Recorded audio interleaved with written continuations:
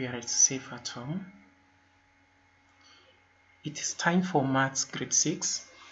And today's topic, it is time, speed, and the distance. And the subtopic is distance. Now, before we start our lesson, look at the symbol there. Have you ever seen this symbol? If yes, where did you see this symbol? Because I can see it's written 80 km/h. Do you know the meaning of that symbol? 80 km/h, it means 80 kilometers per hour. 80 kilometers per hour, that is the maximum speed a vehicle is supposed to move.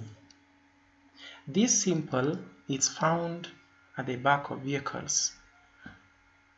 As I've said, it shows the speed or the maximum speed a vehicle is supposed to move. Now, how do we find the speed? Speed equals to distance over time. Distance can be in meters or in kilometers, and time can be in hours or minutes or seconds. When we are given distance in kilometers and time in hours, speed is recorded in kilometers per hour, which is written km/h. So speed equals to distance over time. When you are given distance in meters, time in seconds, then the speed is calculated as distance over time, the distance that's meters, and the time in seconds. Then we find the speed is in meters per second. We have one example up here. Let's look at this example. Abdi runs 120 meters in 12 seconds. Find his speed in meters per second. Speed equals to distance over time. What's the distance? It's 120 meters. What is the time? It is in 12 seconds. Now, how do we find the speed? We take speed equals to distance over time. That's 120 meters divided by the time. The time is in 12 seconds. So that's going to be 120 I divided by 10, I divided by 12, that's going to be 10 meters per second. Because we were given the distance in meters, the time in seconds, that's why we wrote there 10 meters per second. We must include those units of measurements. If we write only 10 without meters per second, then it's not going to be correct answer. Now let's look at the second example. Mohammed cycled for 40 minutes. If he covered a distance of 30 kilometers, what was his speed in meters, in kilometers per hour? First, you can see we are given the time in minutes, and we are asked to calculate the speed in kilometers per hour. So it means we change the 40 minutes into hours first. After that, then we shall take those hours and the distance in kilometers so that we can find our speed in kilometers per hour. That's going to be 40 minutes. I divide by 60. I'll find it is 2/3 hours. So speed equals to distance over time. What is the distance? 30 kilometers. Divide by what's the time? It is 2/3. So that's going to be 30 I divided by 2/3.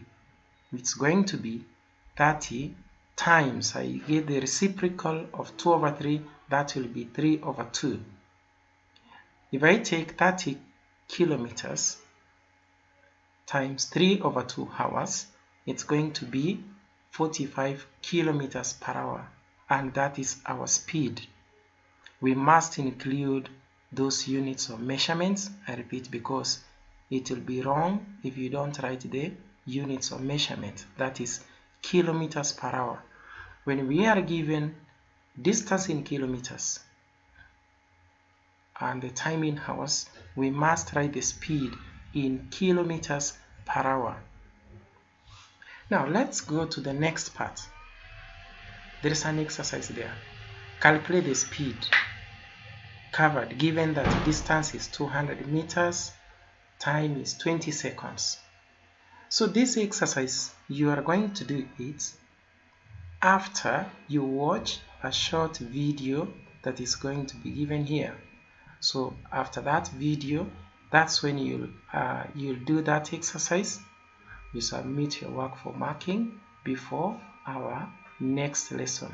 I hope you'll enjoy watching that video about speed, time, and distance. Then you work out that exercise. Thank you as you prepare for the next lesson and submitting your work for. Hey guys, here's just a quick review of what we did for our warm-up today. I asked you the question, what was the mathematical formula to calculate the speed of an object? And we talked about today that the speed of an object is calculated by taking the distance and dividing it by the time. So let's get to our notes that we took today on IP43. On IP43, you should have written down and highlighted that speed is the same thing as rate. Sometimes we might use those words interchangeably. Speed is the distance divided by the time it took an object to go that distance. And make sure that whenever you're doing your work that you always include a unit.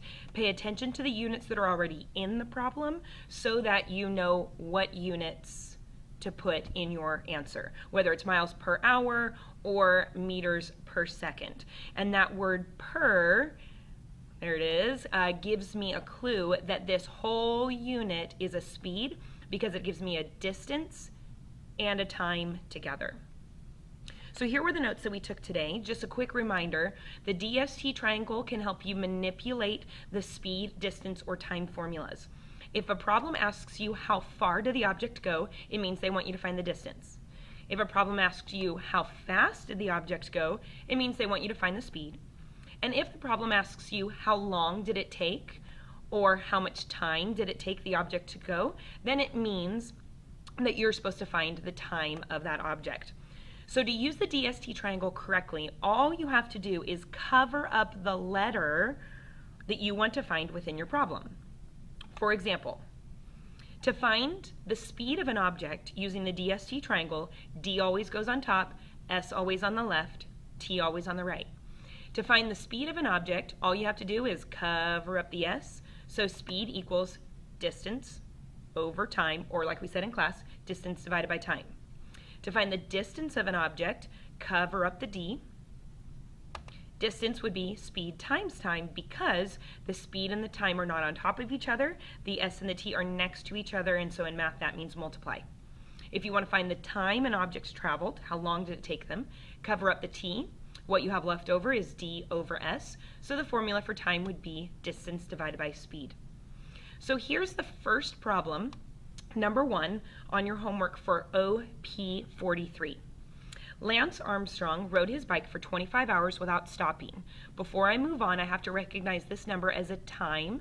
Clocks are round, so we circle this. In that time, he went 400 miles. 400 miles is a distance, so I underline it, and won the race. What was his speed? Since they asked me for the speed, I cover up the S, and what I have left over is D over T. So I know that the problem needs to be set up like this. Speed equals distance divided by time. And again, forgive my handwriting because I'm doing this with my cursor. The distance that he went was 400 miles divided by the time, 25 hours. And I'm not including the unit just for the sake of time. If I show my work, which you're supposed to do, 400 divided by 25 25 goes into 400 16 times, and now I have to go back to the unit. Miles per hour. You can write mph. And here's your answer for number 1. Numbers 2, 3, 4, 5, and 6 are pretty much the same as number 1. But when you get to number 7, they're going to ask you for something different. Andrew drove from Las Vegas to Riverside in 3 hours. 3 hours is a time, just on 2 separate lines, so I'm going to circle it. During this trip, he traveled at a constant speed of 90 miles per hour. I need to really look at this number. This number right here is a speed. I know because it has the word per in there. So I circle and underline it because it includes both distance and time. What is the distance? How far is it from Las Vegas to Riverside? This is actually a true story, by the way. So since they asked me for distance, I cover up the D. What I have left over is S next to the T, which means my formula for distance equals speed times time. And in math, you can use the dot instead of the multiply sign. So speed, his speed was 90 miles per hour times the time, which was 3 hours. 9 times 3 is 28. Add your 0. No, it's 27. 9 times 3. I totally had a brain fart. 9 times 3 is not 28. It is 27, of course. And don't forget your 0. So 90 times 3 would be 270. And look at your units. I asked for the distance, and it's miles. The distance is in miles. Let's move on. Next couple of problems are the same, except for this one, number 8, also a true story. Robin is my best friend. Robin is planning her trip to Disneyland. She knows that Disneyland is 400 miles away. 400 miles is a distance, I underline. But she doesn't want to speed, so she will go 65 miles per hour the whole way. 65 miles per hour is a speed. So I underline and circle. How long will it take Robin to get to Disneyland? How long is a time? So I'm going to cover up the time. So I know the formula for time is distance over speed, or divided by, as we say in this class, distance divided by speed. So take a second to set up your own problem. Distance is 400. The unit, of course, is miles, divided by 65 miles per hour. That's the speed. Show your work. If you show your work, we will find that Robin traveled for a certain time, and her answer is in hours. And I want to know what you got for your answer. I'm not giving you the answer for this one. I just wanted to help you set it up. Email me if you have any additional questions, but if you use the DST triangle, you should be good. You should be able to figure it out. Check out your notes. Email me if you have any questions. I'll see you tomorrow.